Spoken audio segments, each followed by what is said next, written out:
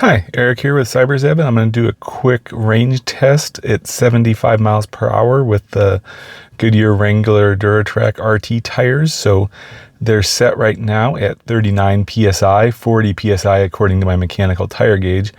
And we're going to do that high-speed test I've been promising. So we're going to set off. I'm at 100% battery and ready to go.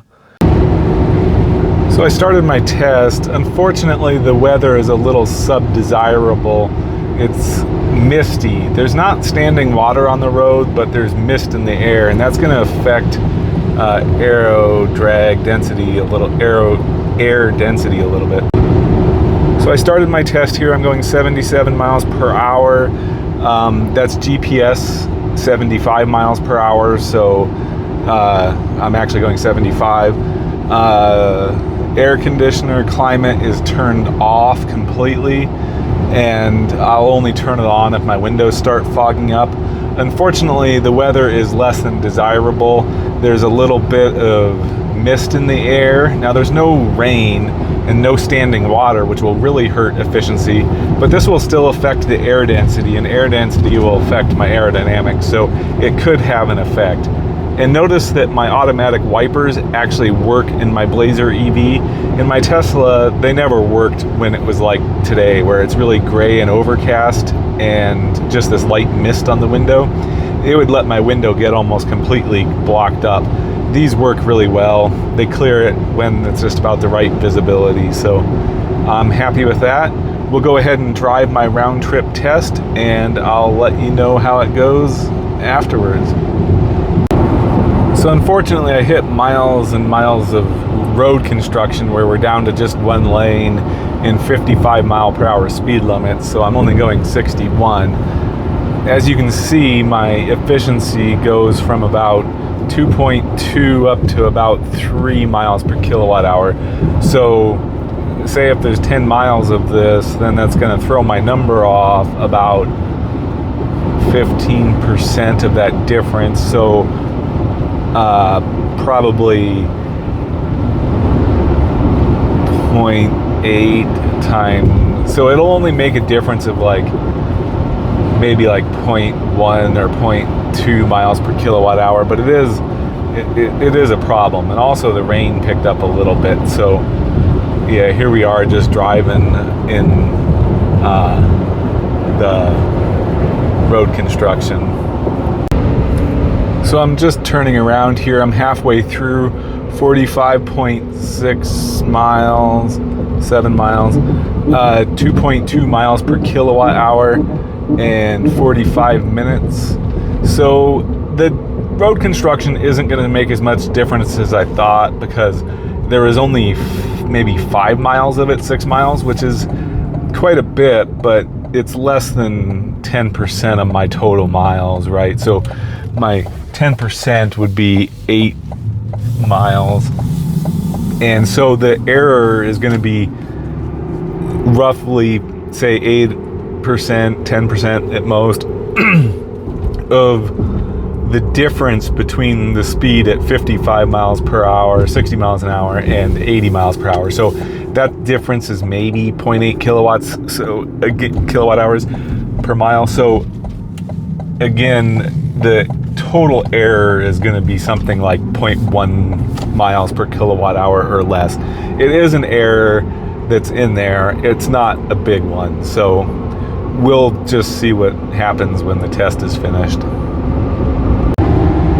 So we'll head back over to the efficiency display for the last 30 miles.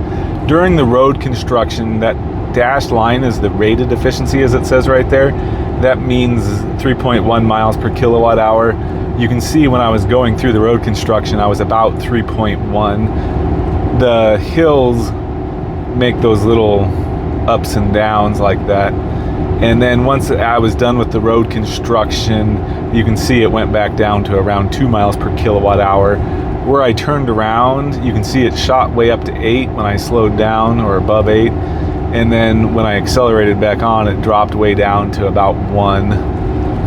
That was on the on-ramp. But each of those divisions is, 5 miles. So you can see the road construction was less than 10 miles. It was like maybe 7 or some 5 to 7. So it wasn't too bad. It's not going to have a huge effect on the test today. So here we are. There's just nothing going on. And again, my wipers are actually working, even though there's just a little light mist there. I have my cruise control set between 77 and 78, which is between 74.5 and 75.5 miles per hour.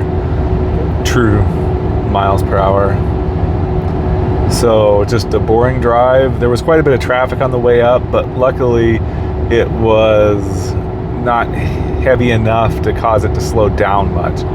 So going back, the traffic's a lot lighter, which is good, and I think there's less road construction this direction. So we'll see what the final results are in just a little bit.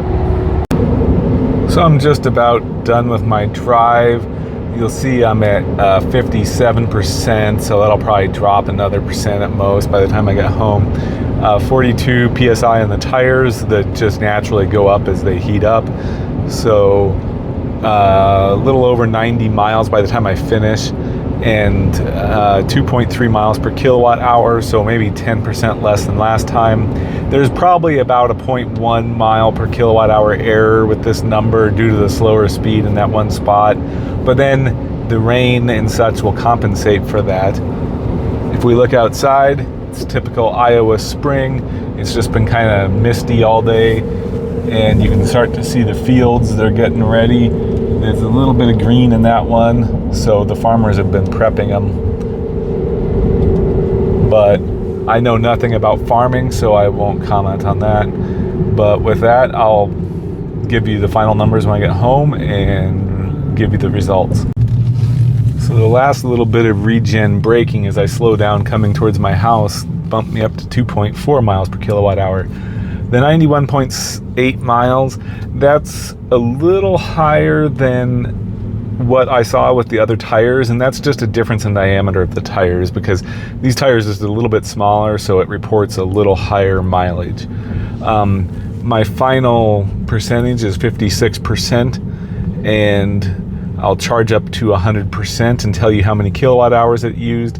The car says it used 38 kilowatt hours, or 37.9. So with that, I will cut out here, but I want to show you one other feature, and that is the the rear view camera washer. So I can look up here, see how that's kind of foggy. If I run the rear washer, I can clean that off. And there, it's nice and crystal clear. I love having that rear washer. So with that, let me go in and charge it and give you final numbers.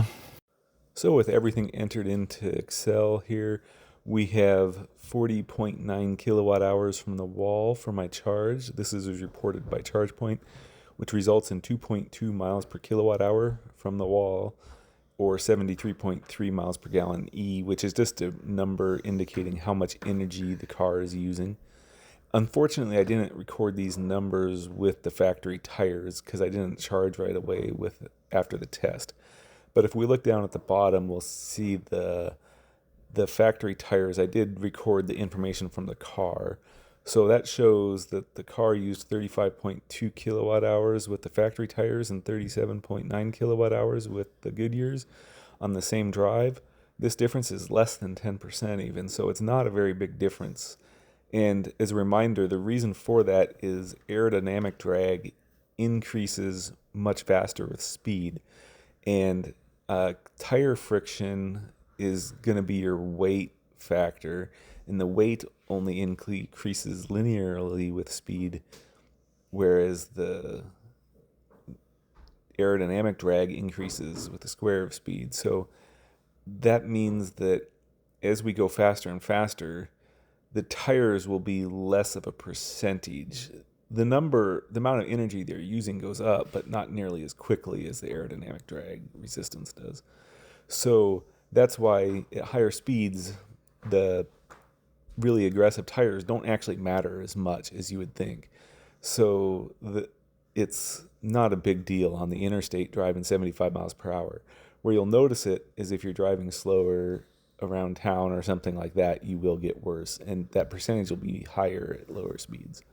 So with that, I hope you enjoyed it, and thanks for watching.